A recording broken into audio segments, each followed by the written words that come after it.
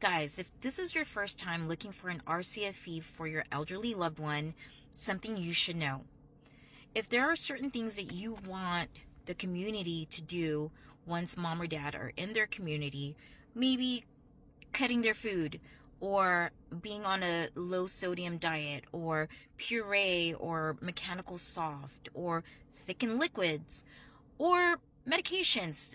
Maybe you want to add certain meds or supplements onto their med list that you want maybe mom to be on vitamin D or B12, or supplements such as Boost or Ensure, or medical equipments, bed rails, hospital beds, wheelchairs, walkers, as simple as gait belts or shower chairs.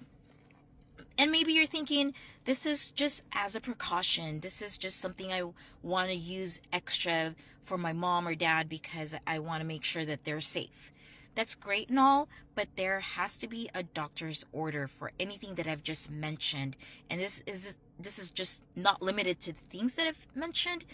These are just examples. Because we're dealing with non-medical facilities or communities, that they are required to follow doctor's orders. So if you want mom to use a hospital bed, there has to be a reason before a doctor can write up the order. If you want mom on low sodium, there has to be a reason. Labs probably would have been done, and if her sodium were poor, then the doctor would automatically, change her diet and write an order for low sodium.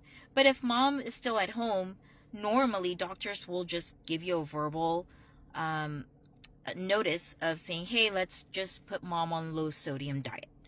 But in a community, everything has to be written out with their signature.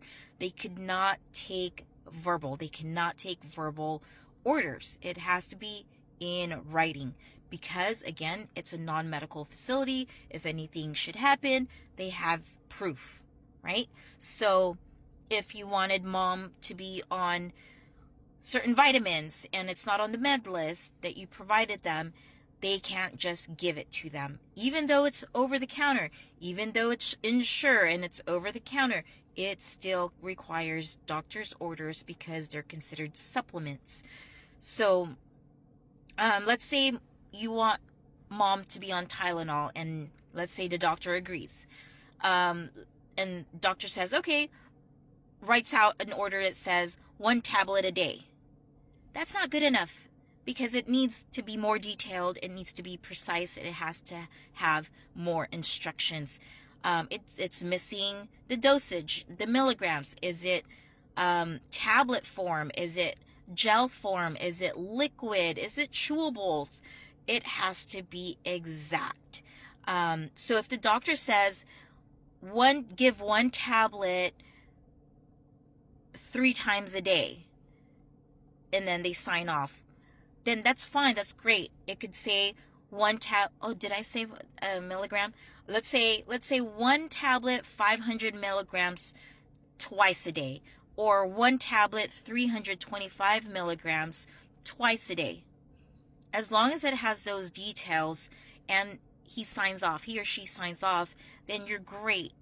But if those things are missing, the facility can't just give them the Tylenol that you handed over to them, right? So let's say it says tablet, right? But you bring in a chewable, they still can't give it to them. You can't say, it's still Tylenol, just give it to them, I'll get the right one tomorrow. No, it's a state regulation. They're violating the regulation if they were to give the wrong type of meds, even though it's still Tylenol. It's a liability. If it was something else, a stronger medication, and they gave the wrong medication or whatever because this is what you provided them, they can be liable. It falls on them. They're liable. Something happens to the patient or the resident, they're answering to licensing for that. Same thing with medical equipment. If a community uses a Hoyer lift, but yet there's no order for it, and the patient or the resident falls off, that's a major violation, and that's a major investigation. That's a major citation as well. So we just want to make sure we're following orders, right? And I say we just because not only we do placement, but we also run a care facility.